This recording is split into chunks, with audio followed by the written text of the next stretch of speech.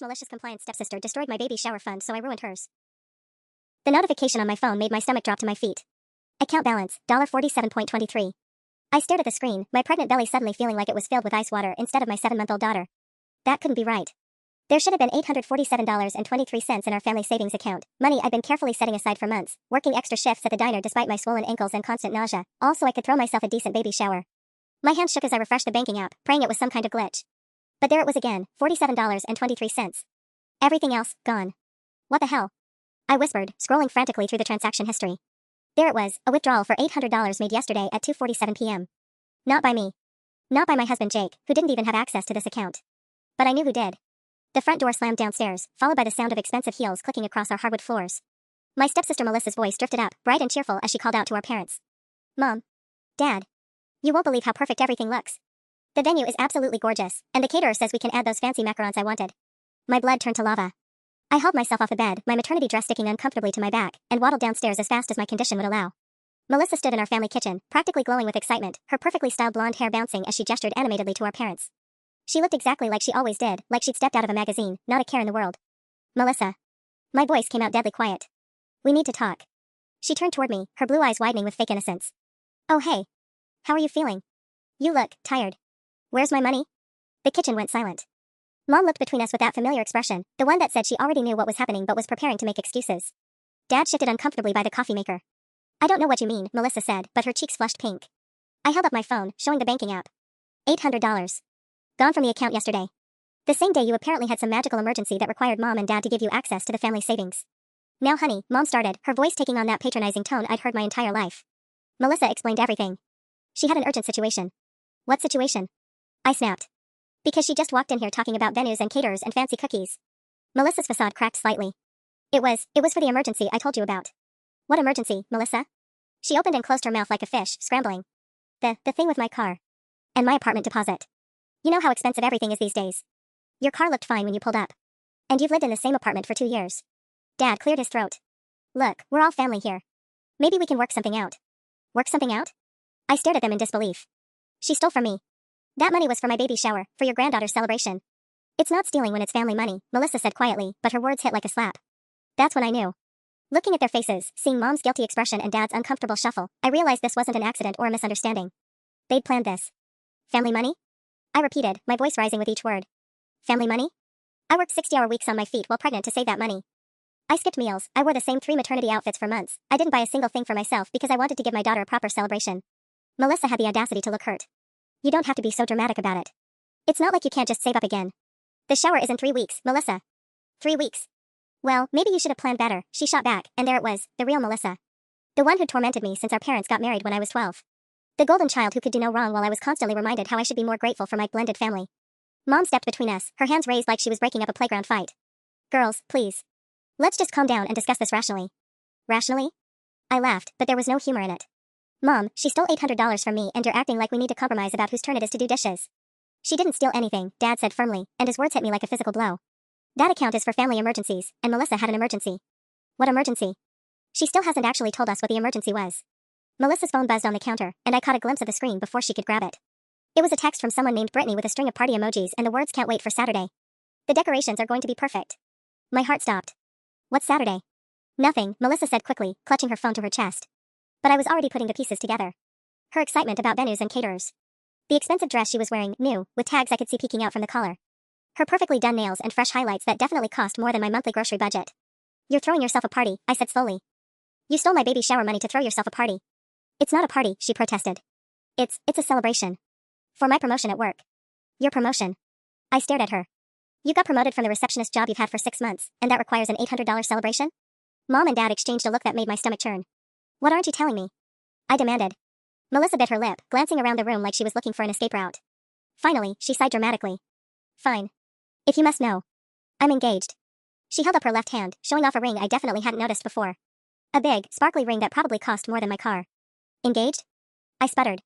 Since when? Last week. And before you start crying about it, Brad wanted to keep it quiet until we could plan the perfect engagement party. Which is Saturday. Which is why I needed the money from the account. I felt like I'd been punched in the gut. You stole my baby shower money for your engagement party? I didn't steal anything, she snapped. Mom and Dad said I could use it. Tell her. I turned to look at our parents, waiting for them to deny it, to look shocked, to show some sign that they hadn't actively participated in this betrayal. Instead, Mom wrung her hands and said softly, "Honey, engagements only happen once. You can have a baby shower anytime." The room started spinning around me. The words hung in the air like a toxic cloud. You can have a baby shower anytime. Anytime? I repeated, my voice barely above a whisper. Anytime? Mom, I'm 7 months pregnant. When exactly is this magical anytime supposed to happen?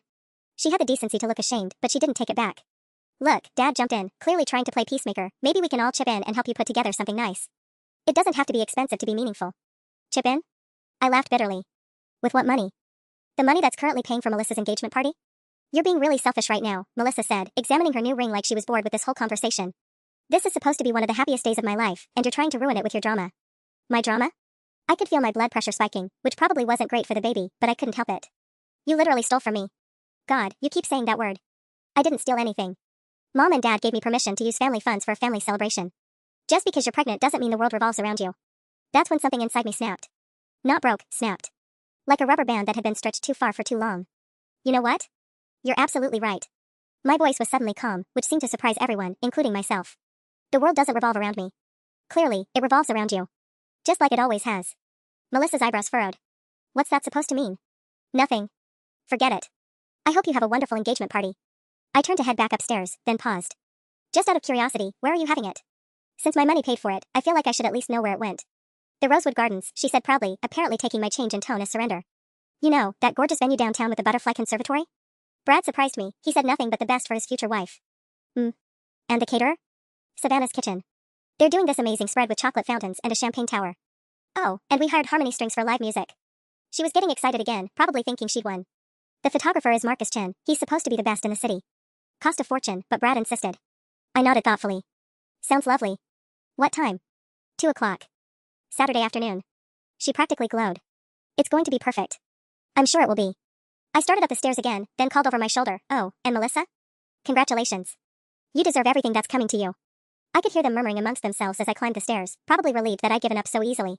Mom called after me something about working together as a family and finding a solution for everyone, but I didn't respond. Back in my bedroom, I sat down at my laptop and opened a new browser window. My fingers moved across the keyboard with steady purpose.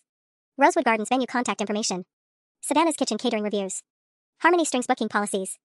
Marcus Chin photography cancellation terms. See, here's what my darling stepsister had forgotten in her moment of triumph. I'd been planning my own event for months. I knew exactly how these vendors operated, what their policies were, and most importantly, what could go wrong. I cracked my knuckles and got to work. If Melissa wanted to play games with my money, then we were going to play. But this time, I was setting the rules. The first call was almost too easy. Rosewood Gardens, this is Jessica speaking. How can I help you? I took a deep breath, letting my voice tremble just slightly. Hi, this is Sarah Mitchell. I'm calling about the Melissa Cooper event on Saturday. Oh yes. The engagement party. What can I do for you? I'm actually calling because... I paused, sniffling for effect. I'm so sorry, this is really hard for me to say. I'm Melissa's sister, and there's been a terrible family emergency. Her fiancé Brad was in a car accident this morning. The sharp intake of breath on the other end told me I had her attention. Oh my goodness. Is he okay? He's in critical condition. We're all at the hospital right now, and Melissa is just devastated. She asked me to call and cancel everything. She can't even think about party planning right now, you know? Of course. The poor thing. Don't even worry about the event, family comes first. I'll cancel everything right away. Thank you so much. And... I let my voice crack slightly. Is there any way to get a refund? I know it's short notice, but with all the medical bills. Absolutely. Given the circumstances, we'll process a full refund within 24 hours. Please give Melissa our thoughts and prayers. I will. Thank you for being so understanding. One down. The second call required a bit more creativity. Savannah's Kitchen, this is Marcus speaking.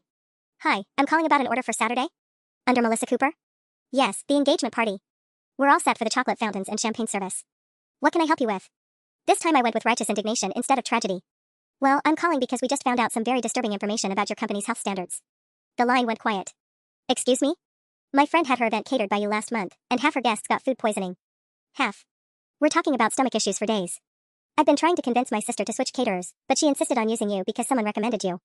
Now I see why. You must be paying people to cover up the bad reviews. Ma'am, I can assure you that's not true. We have excellent health ratings and... Look, I don't want to make this a big legal thing, okay? My sister is pregnant. Oh wait, no, that's not my sister. Never mind. The point is, we can't risk making people sick. We'd like to cancel and get our deposit back before this becomes a problem. Let me check our cancellation policy. The thing is, if you make this difficult, I'm going to have to post about this on every review site I can find. Yelp, Google, Facebook, the works. But if you just process the cancellation quietly, we can all pretend this conversation never happened. There was a long pause. Fine. I'll process the cancellation. You should see the refund in 3 to 5 business days. Make it 24 hours and we have a deal. Fine. 24 hours. 2 down. By the time I finished with Harmony Strings, emergency gig opportunity in Nashville that they couldn't pass up, and Marcus Chen, sudden equipment malfunction requiring all gear to be sent for repairs, I was feeling pretty satisfied with myself. But then my phone rang. Unknown number flashed across the screen. My stomach clenched as I answered. Hello? Is this the woman who's been calling around about the Cooper engagement party? My blood turned to ice. I'm sorry, who is this? This is Brad. Melissa's fiancé. And we need to talk. My heart hammered against my ribs so hard I was sure he could hear it through the phone. I don't know what you're talking about. Cut the shit. Brad's voice was cold, controlled. Jessica at Rosewood Gardens called Melissa crying about my car accident. Funny thing is, I'm sitting right here, perfectly fine. So either I'm a ghost, or someone's been making some very interesting phone calls. I closed my eyes, my free hand instinctively moving to my belly. Brad, I can explain. Oh, you're going to explain all right. But not over the phone. Meet me at Brewster's Coffee on 5th Street in 1 hour, or I'm calling the police and reporting you for fraud. The line went dead. I stared at my phone, my hands shaking. This wasn't how this was supposed to go. I was supposed to be the one in control, pulling the strings from behind the scenes. Brad wasn't even supposed to find out until Saturday when everything fell apart. But now, my laptop chimed with a new email notification. 3 refund confirmations sat in my inbox, totaling nearly $800. At least the money part had worked. But if Brad was calling me, that meant he probably knew about all of it, which meant Melissa would know soon, which meant my parents would know, which meant I needed to think fast. 45 minutes later, I was wedged into a corner booth at Brewster's, my maternity dress stretched tight over my nervous stomach. I'd gotten there early, hoping to scope out the situation, maybe figure out an escape route if things went sideways. But when Brad walked through the door, I realized there was nowhere to run. He was bigger than I remembered from the few family gatherings he'd attended. Broader shoulders, harder jaw, the kind of guy who probably played college football and still hit the gym religiously. He spotted me immediately and stalked over with the confidence of someone who'd never had to question whether they belonged in a room. Well, he said, sliding into the seat across from me. The pregnant sister. Melissa's told me so much about you. I'm sure she has. I kept my voice steady, even though my palms were sweating. She said you were bitter. Jealous. Always causing drama because you couldn't stand that she was the successful one. Brad leaned back in his chair, studying me like I was a bug under a microscope. What she didn't mention was that you were a straight-up psychopath. I'm not. For vendors, all cancelled within 2 hours, all with elaborate sob stories. He pulled out his phone and started reading from what looked like notes. Car accident, food poisoning cover-up, emergency Nashville gig, and mysterious equipment failure. Very creative. Very thorough. Very illegal. I lifted my chin. Prove it. Oh, I can prove it. See, here's the thing about lying to businesses, they keep records. Phone logs, caller information, timestamps. And when several vendors get suspicious calls about the same event on the same day, they talk to each other. My stomach dropped, but I forced myself not to show it. Jessica from Rosewood remembered your voice sounded familiar. Turns out you called them 3 months ago asking about pricing for a baby shower. Same voice, same phone number in their system. Shit. So here's what's going to happen, Brad continued, his voice dropping to a dangerous whisper. You're going to call every single one of those vendors back. You're going to tell them there was a misunderstanding. You're going to grovel and beg and do whatever it takes to get our party back on track. And if I don't? His smile was razor sharp. Then I make some phone calls of my own. To your husband's workplace. To your doctor. To anyone who might be interested to know that Jake's wife has been running elaborate scams while 7 months pregnant. You wouldn't.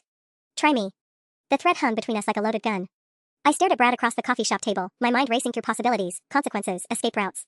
But every path I could see led to disaster. You're bluffing, I said, but my voice betrayed me with the slightest tremor. Am I? Brad pulled out his phone again, this time opening what looked like a contact list. Jake works at Morrison & Associates, right? Construction management?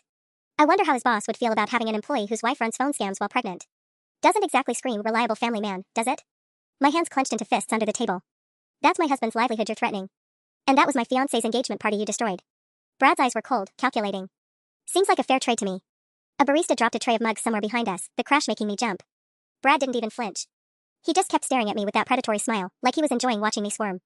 Besides, he continued, I haven't even gotten to the best part yet. What's that supposed to mean? See, while I was making my calls this afternoon, trying to figure out what happened to our vendors, I learned some very interesting things about you. Brad leaned forward, his voice dropping to barely above a whisper. Like how you've been calling around to event planners for months, asking about packages and pricing. How you've been on waiting lists for venues. How you've been desperately trying to plan some kind of celebration on a shoestring budget. My throat felt like sandpaper. So it got me thinking about the timing. About why Melissa suddenly needed that money from the family account. About why you were so upset when that money disappeared. His grin widened. You weren't just mad about losing savings, were you? You were mad because Melissa took the money you needed for your own party. That's not. Your baby shower. Brad said it like he'd solved a puzzle.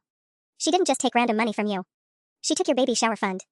And now you can't afford to throw yourself the party you've been planning for months. The words hit me like physical blows. Hearing him say it out loud, seeing the satisfaction in his eyes as he connected the dots, made everything feel 10 times worse. That's why you went nuclear on our vendors, he continued. This wasn't just about revenge. This was about a desperate pregnant woman who realized she'd been screwed over by her own family and decided to burn everything down rather than deal with it like an adult. You don't know anything about my family. I know enough. I know Melissa thinks you're pathetic. I know your parents obviously have a favorite, and it's not you. And I know you're sitting here 7 months pregnant, probably scared and broke and realizing that nobody's going to throw you the celebration you thought you deserved. Tears burned behind my eyes, but I refused to let them fall. Not here. Not in front of him. Here's the thing though, Brad said, pulling out his wallet and dropping a 20 on the table like he was ending a business meeting. I actually feel sorry for you. So I'm going to make you a deal. What kind of deal? Fix our party. Call the vendors, grovel, get everything back on track for Saturday. Do that, and I'll make sure Melissa gives you back half the money she took. Half? I couldn't keep the outrage out of my voice. Half, he repeated firmly. $400. Enough to throw yourself a nice little baby shower at someone's house with grocery store cake and punch. The condescension in his voice made my vision blur red around the edges. Or, Brad stood up, towering over me, you can keep playing games, and I'll make sure you lose everything. I stared up at Brad, my hands trembling with a mixture of rage and terror. $400. A nice little baby shower with grocery store cake and punch. The words echoed in my head like a slap across the face. You have until tomorrow morning to decide, Brad said, adjusting his expensive watch. Call me by 9 a.m. with confirmation that everything's been fixed, or the real fun begins. He turned to leave, then paused, looking back over his shoulder. Oh, and just so we're clear, if you try any more creative phone calls between now and Saturday, I'll know. I've already given all the vendors a heads up about potential family interference. They'll be calling me directly if anyone tries to cancel again. The coffee shop door chimed as he left, leaving me alone in the corner booth with my racing heart and the bitter taste of defeat in my mouth. I sat there for what felt like hours, watching people come and go, normal people with normal problems who probably didn't have to choose between their dignity and their husband's job. But as the initial shock wore off, something else began to take its place. Not resignation, something sharper. More focused. Brad thought he was so clever, backing me into a corner, forcing me to choose between humiliation and destruction. What he didn't realize was that he'd just made a crucial mistake. He'd shown me exactly how much this party meant to him and Melissa. Enough to threaten my family. Enough to blackmail a pregnant woman. Enough to reveal just how desperate they were to make sure their perfect day went off without a hitch. Which meant they had just as much to lose as I did. I pulled out my phone and started scrolling through my recent calls, looking at the vendor numbers I'd memorized. Brad was right about one thing, I couldn't call them back with more fake emergencies. They'd be expecting that now. But there were other ways to skin this cat. My finger hovered over a contact I hadn't called yet, Sarah's Floral Designs. I'd found their information on Melissa's Instagram, where she'd been posting endless stories about her dream engagement party for weeks. Pictures of elaborate centerpieces, close-ups of exotic orchids, captions about only the best for my special day. Melissa's social media had been a goldmine of information, actually. She'd documented every single detail of her planning process, tagged every vendor, shared every inspiration photo. She'd basically handed me a complete blueprint of how to destroy everything she cared about. And she was still posting. Even now, probably while Brad was driving home thinking he'd won, she was sharing pictures of her dress fitting with captions like, "Can't wait for everyone to see the magic we've created." I clicked on her latest story and screenshotted everything. The florist tags, the cake designer's information, the rental company handling linens and chairs. All the vendors Brad hadn't thought to warn because they hadn't been part of my first wave of calls. But I needed to be smarter this time. More subtle. Brad was expecting me to fight dirty, so he'd prepared for obvious attacks. What he wasn't expecting was precision surgery. I opened my laptop and began researching. Not the vendors this time, I was researching Brad himself. His company, his social media, his professional connections. If he wanted to play the game of mutually assured destruction, he needed to understand that I had ammunition too. Bradley Morrison, Senior Marketing Director at Pinnacle Solutions. Interesting. A quick scroll through the company website showed they specialized in corporate image management and crisis communication. Their client list included several high-profile nonprofits and family-oriented businesses. Companies that probably wouldn't love discovering that one of their senior directors was threatening pregnant women. But that was Plan B. Plan A was much more elegant. I picked up my phone and dialed the florist. Sarah's Floral Designs, this is Sarah speaking. Hi Sarah, this is actually Melissa Cooper. I'm calling about my engagement party on Saturday. Oh, Melissa. Hi honey, how are you? Is everything okay? You sound a little different. I've been fighting a cold, I said quickly. Listen, I'm calling because I just found out some terrible news about the venue. What kind of news? Sarah's voice immediately shifted to concern. I took a shaky breath, letting genuine emotion creep into my voice, though not for the reason Sarah would think. They just called me an hour ago. Apparently there's been a major plumbing issue in the Butterfly Conservatory. Something about a burst pipe flooding the entire east wing where our ceremony was supposed to be. Oh no. That's terrible timing. I know, right? They're saying they can move us to their backup space, but Sarah. I let my voice crack slightly. It's awful. Just this tiny concrete room with fluorescent lighting. It looks like a cafeteria. All my beautiful planning, all the romantic atmosphere we talked about, it's ruined. Honey, I'm so sorry. What can I do to help? Perfect. This was exactly the response I'd hoped for. Well, that's actually why I'm calling. The backup room has completely different dimensions, and the lighting is so harsh that all those beautiful pastel arrangements we planned are going to look washed out and cheap under those fluorescent bulbs. Oh, that's true. Pastels need soft, natural lighting to really pop. Exactly. So I was wondering, is it too late to completely change the color scheme? I know it's crazy short notice, but I was thinking maybe we could go with something darker? Deeper colors that might look better under artificial lighting? There was a pause as I heard Sarah flipping through what sounded like order sheets. Well, it would be challenging. I'd have to source completely different flowers, and the cost would be significantly higher since I'd need to rush order everything. Money isn't an issue, I said quickly. Brad and I just want to salvage what we can of our special day. What would you need? For deep, rich colors on short notice. I'd probably need to go with imported roses, maybe some burgundy dahlias, deep purple calla lilies. Nothing I can source locally. We're talking probably triple the original quote, and I'd need full payment up front to guarantee the rush delivery. I pretended to consider this, making small thinking sounds. Triple, you said? So instead of 1,200, we'd be looking at what, 3,600? That's right. And honestly, Melissa, I'd need confirmation and payment by tonight to make this work. The flower markets close early on Fridays. Tonight? I let panic creep into my voice. Oh God, I don't know if I can get to the bank before they close. My fiancé is stuck in meetings all day, and I don't have that kind of money just sitting in my checking account. I'm sorry, honey, but without guaranteed payment, I can't place rush orders. The suppliers require payment on delivery for last-minute requests, and I can't front that kind of money. What if I can't get the payment to you tonight? What happens to our original order? Another pause, longer this time. Well, I'd have to cancel the weekend delivery. The flowers are still at the supplier since we scheduled them to be delivered Saturday morning. If you can't use them, they just go back? The supplier would probably sell them to someone else. Weekend weddings, you know. There's always demand. Oh. I let my voice get small and defeated. So if I can't figure out the payment situation, we just have no flowers at all? I mean, I suppose I could throw together something basic with whatever I have in stock. Grocery store level arrangements, nothing like what we planned. But Melissa, for an engagement party like what you described, it would look terrible. I don't want to say terrible, but it definitely wouldn't match the vision we discussed. I was quiet for a long moment, letting her think I was processing this devastating news. You know what, Sarah? Let me call you back in an hour. I need to talk to Brad and see if we can figure something out with the bank. Of course, honey. But remember, I really need to know by tonight. I understand. Thank you for being so patient with me. As soon as I hung up, I started a timer on my phone. 60 minutes. That would give Melissa just enough time to panic when Sarah inevitably called her to confirm the color change and payment details. My phone buzzed with a text from Jake. How'd the doctor appointment go? Right. I told him I had a prenatal checkup today to explain why I'd be out. Instead, I'd spent the afternoon systematically destroying my stepsister's engagement party and getting threatened by her psychotic fiancé. Asterisk everything's fine. Baby's healthy asterisk. Asterisk good. Love you. Making your favorite dinner tonight asterisk. Guilt twisted in my stomach. Jake had no idea what kind of war I'd started today. He was probably at work right now, completely unaware that his job might be on the line because his wife couldn't let sleeping dogs lie. But then I thought about Melissa's smug face in the kitchen this morning. About my parents choosing her happiness over mine, again. About Brad's casual cruelty, threatening my family like it was just another business negotiation. My phone rang. Unknown number. Hello? I answered cautiously. What the hell did you do? Melissa's voice was shrill with panic. I'm sorry, what? Don't play dumb with me. Sarah just called asking about changing all my flowers and tripling the cost and some story about the venue flooding. What did you do? I took a deep breath, settling into my performance. Melissa, I have no idea what you're talking about. I've been at the doctor all afternoon. Bullshit. This is exactly the kind of petty revenge you'd pull. Revenge for what? I thought we settled everything this morning. You're having your party, I'm dealing with my situation. What would I gain by messing with your flowers? There was a pause, and I could practically hear her brain working, trying to figure out how to prove something she couldn't prove. I know it was you, she said finally, but there was less certainty in her voice. Melissa, I'm 7 months pregnant and exhausted. I spent 3 hours at the doctor today and I'm about to fall asleep on my couch. I literally don't have the energy for whatever conspiracy you think I'm running. Then why would Sarah lie? Did she lie? Or did something actually happen with your venue and you're looking for someone to blame? Another pause. Longer this time. The venue is fine, Melissa said slowly. I just called them.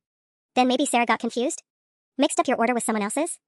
These things happen, especially when vendors are juggling multiple events. I could hear her breathing on the other end, could practically feel her frustration radiating through the phone. If I find out you're behind this, you'll what? Steal more of my money? The line went dead. I smiled for the first time all day. 20 minutes later, my phone rang again. This time it was Brad. Very clever, his voice was ice cold. Flowers instead of venues. Confusion instead of cancellation. You think you're so smart. My stomach dropped. I don't know what. Cut the shit. Sarah called Melissa, Melissa called me, and guess what? I called Sarah back. Funny thing about florists, they keep detailed notes about their conversations. Including phone numbers of who calls them. Fuck. I'd used my own phone. Here's what's going to happen, Brad continued. You're going to call Sarah back in the next 5 minutes and straighten this out. Tell her you were confused, tell her you were having pregnancy brain, tell her whatever you want. But fix it. And if I don't? Then I stop playing nice. His voice dropped to a whisper. You think threatening your husband's job was bad? Sweetheart, I haven't even started yet. I know where you work, where you bank, what doctor you see. I know your husband drives a 2018 Honda with a cracked windshield and expired tags. I know you've been late on your electric bill twice in the past 6 months. My blood turned to ice water. How do you? I work in corporate crisis management. Finding information is literally my job. So here's your crisis, fix the flower situation in the next 5 minutes, or I turn your entire life into a disaster you can't manage your way out of. The line went dead, leaving me staring at my phone with shaking hands. He'd researched me. Actually researched me, like I was some kind of corporate threat to be neutralized. The expired tags thing was particularly terrifying. Jake had been meaning to renew them for weeks, but we'd been waiting until payday because even the registration fee was tight in our budget. I looked at the timer on my phone. Sarah was expecting my call back in 37 minutes, which meant I had to decide, grovel to her now and admit defeat, or find a way to turn Brad's own tactics against him. My laptop was still open to Pinnacle Solutions' website. I scrolled through their client testimonials, looking for anything I could use. Most of their work seemed to be standard PR crisis cleanup, helping companies recover from bad reviews, managing social media backlash, crafting apology statements for executives who'd said stupid things in public. But then I found something interesting buried in their case studies section, a detailed breakdown of how they'd helped a family restaurant chain recover from a food poisoning scandal. The strategy involved proactive community outreach, transparent communication with health departments, and, most importantly, immediate suspension of any employees whose personal conduct might reflect poorly on the company during the crisis. Employees whose personal conduct might reflect poorly on the company. I screenshot the page and kept digging. Pinnacle Solutions wasn't just any PR firm, they specialized in family-friendly brands. Restaurants, childcare centers, educational nonprofits.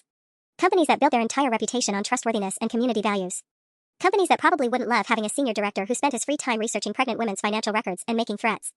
My phone buzzed with a text from an unknown number, 4 minutes left. But instead of calling Sarah, I opened a new browser tab and started typing. Pinnacle Solutions Employee Directory. Bradley Morrison Professional Complaints. Corporate Ethics Reporting Procedures. 2 could play the research game. And unlike Brad, I had nothing left to lose. My phone started ringing again, the same unknown number. I let it go to voicemail, then immediately called back from Jake's phone, which I grabbed from the kitchen counter. Pinnacle Solutions, this is Jennifer, how can I help you? Hi, I need to speak to someone about filing a complaint regarding employee conduct. One moment please, I'll transfer you to our ethics hotline. As hold music filled my ear, I watched my phone light up with another call from Brad. Then a text, time's up. The hold music stopped. Ethics hotline, this is David. I took a deep breath. I need to report threatening behavior by one of your employees. Sir, I need to report threatening behavior by one of your employees, I repeated, my voice steadier than I felt. Bradley Morrison from your marketing department. I see. Can you describe the nature of these threats? My hands were shaking as I held Jake's phone, watching my own device buzz incessantly with Brad's calls. He's been stalking my family's financial records and threatening my husband's employment because of a personal dispute. He told me he knows where I work, where I bank, even details about my car registration. He's using his position at your company to intimidate a pregnant woman. There was a pause, then the sound of typing. Ma'am, these are serious allegations. I'm going to need to take down your information and get some specific details about when and how these threats were made. Of course. I rattled off my name and contact information, then launched into a carefully edited version of the coffee shop confrontation. I left out the part about destroying vendors, focusing instead on Brad's threats about Jake's job and his casual admission that he'd researched our personal financial information. He specifically said that finding information was his job, I continued, which makes me think he might be using company resources for personal vendettas. I have a recording of part of our conversation if you need it. I didn't actually have a recording, but I was betting David wouldn't ask to hear it immediately. We take these allegations very seriously, David said. I'm going to need to launch a formal investigation, which means I'll be contacting Mr. Morrison's supervisor within 24 hours. In the meantime, if he contacts you again, please document everything and call us immediately. Thank you, I said, surprised by how much relief I felt. I'm 7 months pregnant and I was terrified he might actually follow through on his threats. That won't happen, ma'am. I can guarantee that. As soon as I hung up, my phone rang again. This time I answered. You stupid bitch, Brad's voice was pure venom. Do you have any idea what you've just done? Probably the same thing you did when you threatened my family, I replied calmly. How did you find out so fast? Jennifer from the front desk is my girlfriend. She gave me a heads up that someone was asking about ethics complaints. His breathing was ragged, like he'd been running. You just cost me my job. Actually, you cost yourself your job when you decided to stalk a pregnant woman. I just reported it. This isn't over. Yes, it is. I surprised myself with how confident I sounded. Because now if anything happens to me, my husband, his job, or our family, the first person the police are going to look at is you. Congratulations, Brad. You played yourself. The line went quiet for so long I thought he'd hung up. When he finally spoke, his voice was different. Smaller. What do you want? I want my $800 back. All of it. And I want you and Melissa to leave me alone. The money's already spent. The deposits, then get refunds. Cancel vendors. Sell something. I don't care how you do it, but I want my money back by Friday or I'm filing a police report for theft. You can't prove Melissa stole anything. Maybe not. But I can prove you threatened me, and I'm betting once the police start looking into your relationship with my family, they'll find the money trail interesting. I paused, letting that sink in. Oh, and Brad? You might want to call your vendors and make sure Saturday's party is still happening. I'd hate for you to show up to an empty venue.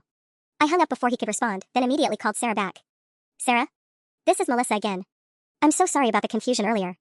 There was a miscommunication about the venue, but everything's fine. We'll stick with the original flower plan.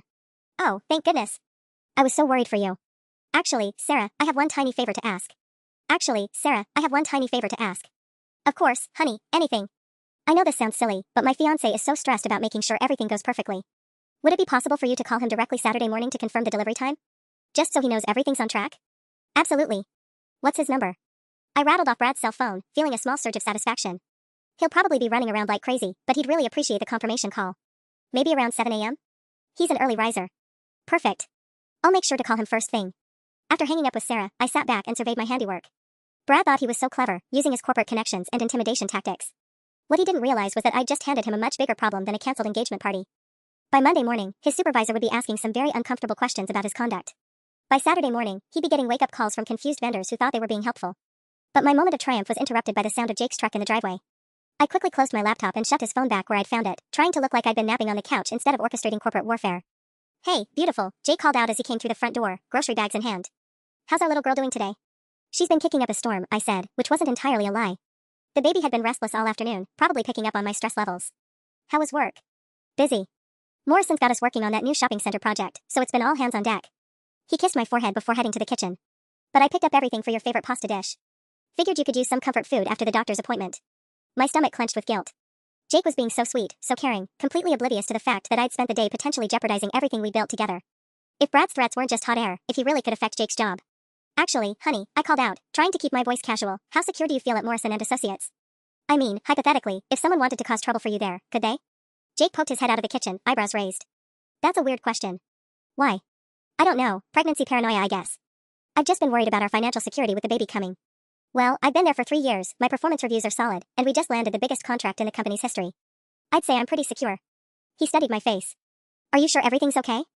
You seem off." Before I could answer, my phone buzzed with a text from an unknown number. Nice try with the ethics complaint. "Jennifer got fired for the heads up, but it was worth it to watch you think you won. Saturday's still happening. Your money's still gone. And now you've made this personal asterisk." My blood turned to ice. Jake was saying something about dinner, but his voice sounded like it was coming from underwater. Brad hadn't backed down, he doubled down. And now some innocent receptionist was out of a job because of my war with him. "Babe, you're white as a sheet. Sit down." Jake was beside me in an instant, guiding me back to the couch. "What's wrong?" I stared at the text message, my hands shaking. Everything I thought I'd accomplished, every clever move I thought I'd made, suddenly felt like I'd been playing checkers while Brad was playing chess. "I think," I said slowly, "we might be in trouble." I stared at Brad's message, my heart pounding so hard I could hear it in my ears. Jake was talking, asking questions, but all I could focus on was that last line, "Now you've made this personal." "I need to call my parents," I said suddenly, struggling to get up from the couch. "Whoa, slow down." Jake put his hands on my shoulders. "Tell me what's happening. You're scaring me." Before I could answer, my phone rang. Mom's contact photo filled the screen, a picture from last Christmas where she was hugging Melissa while I stood awkwardly to the side. "Hi, Mom. What is this I'm hearing about you harassing Melissa's vendors?" Her voice was sharp, disappointed. The same tone she'd used when I was 12 and accidentally broke one of her precious china plates. My stomach dropped. "What did she tell you?" "She told me that you've been calling around, making up stories, trying to ruin her engagement party." "Please tell me that's not true." I closed my eyes, feeling Jake's concerned gaze on my face. "It's complicated, Mom." "It's not complicated. It's cruel and petty and completely unacceptable." Her voice was rising. "Melissa is in tears. Brad is furious. And frankly, I'm ashamed of you." "Ashamed of me?"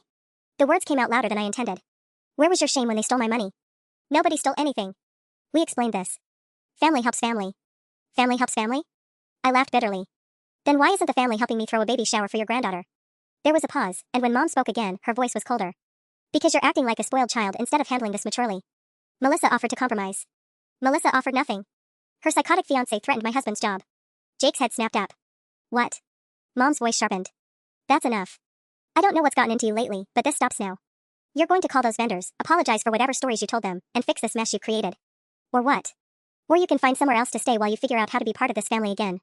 The line went dead. I stared at my phone, feeling like I'd been slapped. "Did she just?" Jake started. "She just kicked me out," I whispered. "My own mother just chose Melissa over me again." My phone immediately started ringing. Melissa's name flashed on the screen, and against my better judgment, I answered.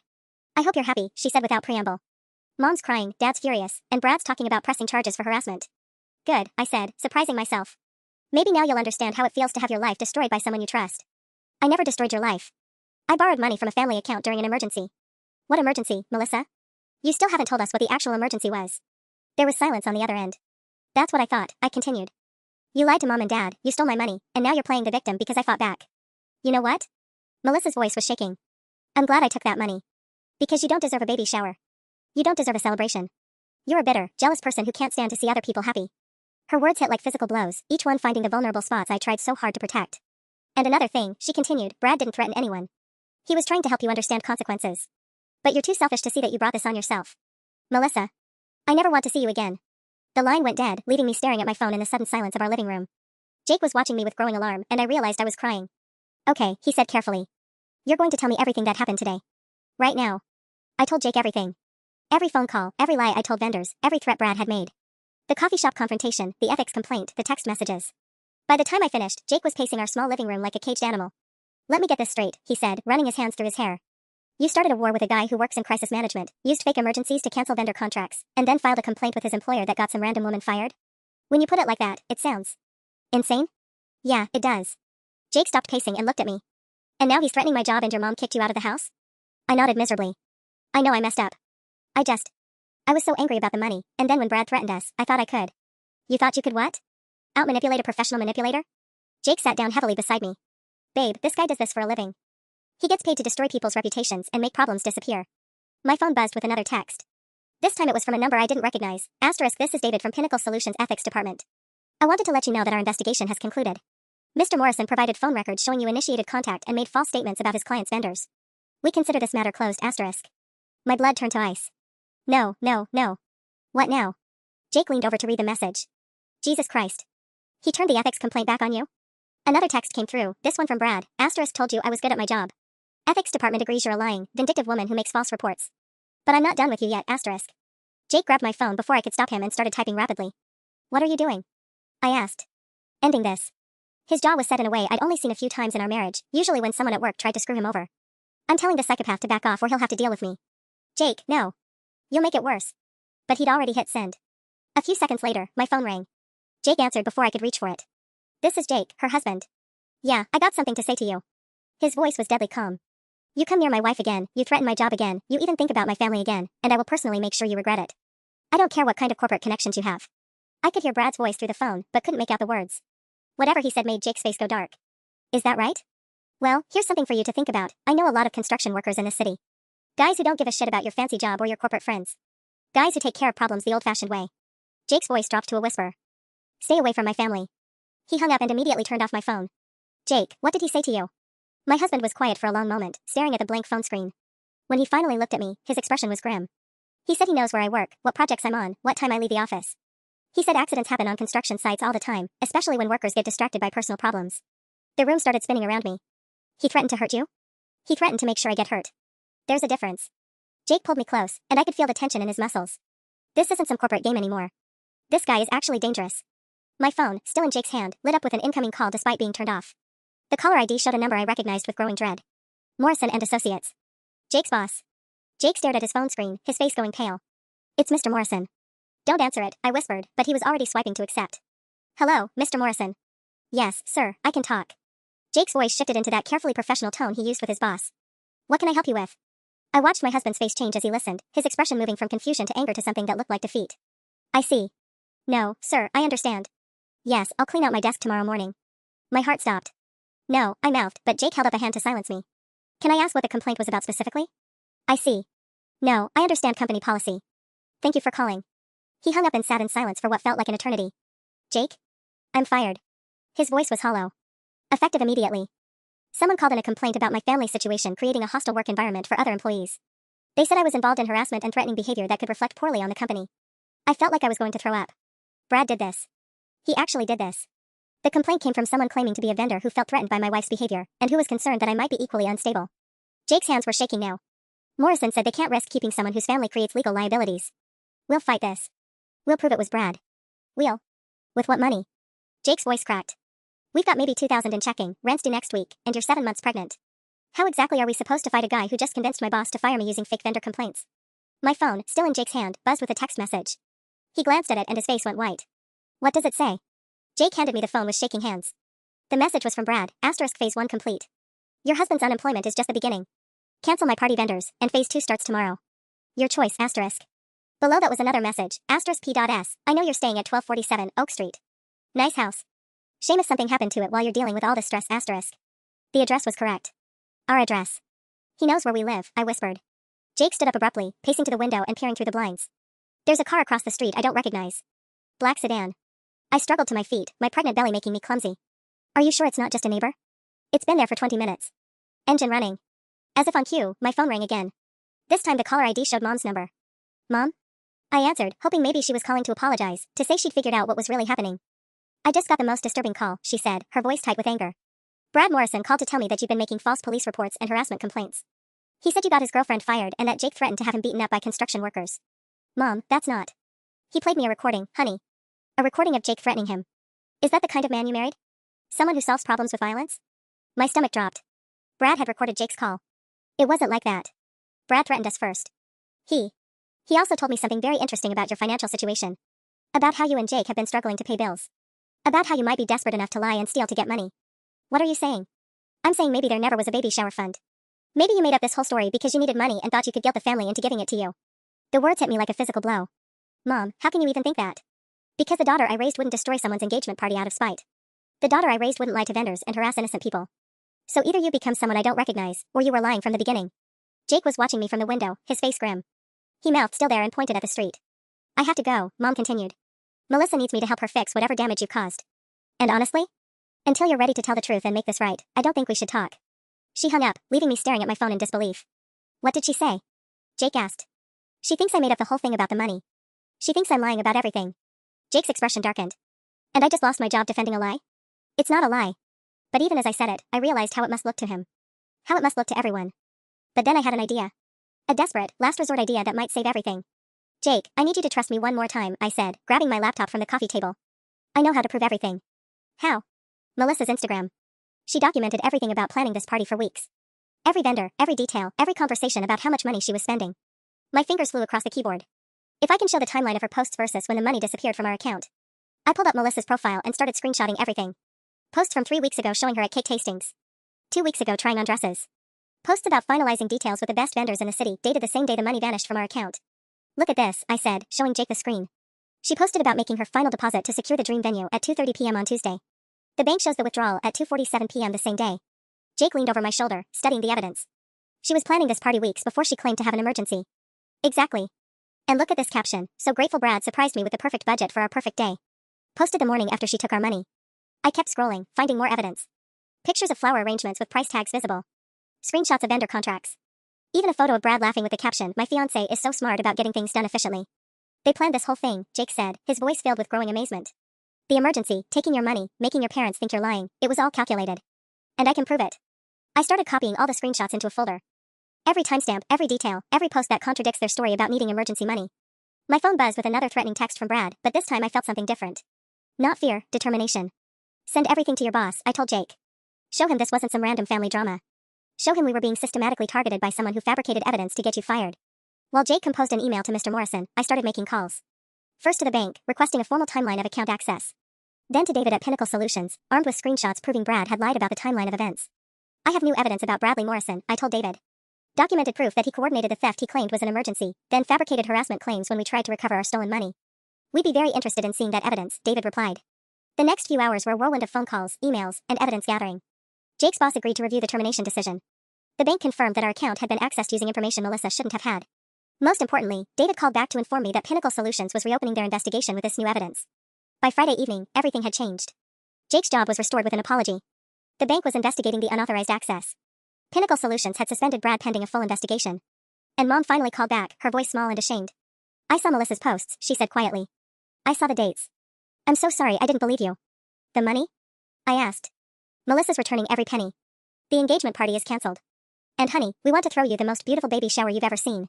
I looked at Jake, who was smiling for the first time in days, then at my laptop screen showing all the evidence that had saved us.